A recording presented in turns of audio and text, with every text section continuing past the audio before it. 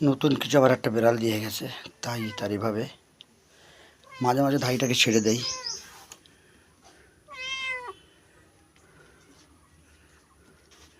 বাচ্চা মার সঙ্গে দেখা হয়েছে, আদর কেমন পাচ্ছে দেখো। মায়ের আদরের সঙ্গে পৃথিবীর কোনো আদর, কোনো মহব্বত এমনকি তুলনাও করা যাবে না। দেখো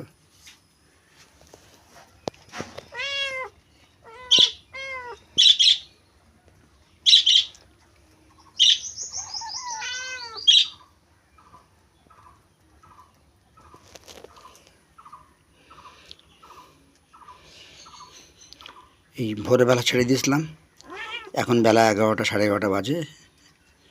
এখন আবার ওই ধাইটাকে আসলো যখন, তখন দরজাটা খুলে দিয়ে দিলাম। আবার সন্ধে পর্যন্ত থাকবে, আবার ধাইটাকে ছেড়ে দেবো।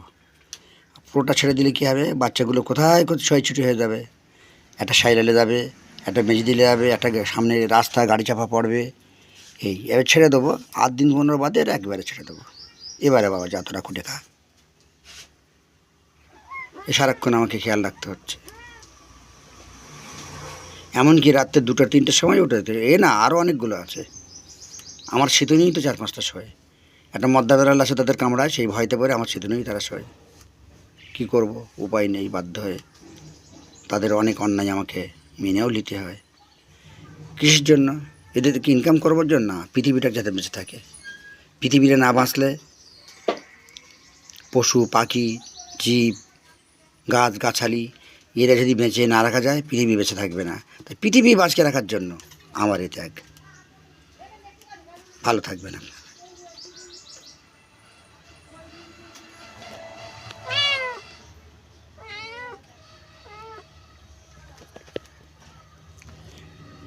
মাঝখানে 5-6 ঘন্টা মাকে পাইনি, হঠাৎ মাকে পেয়েছে।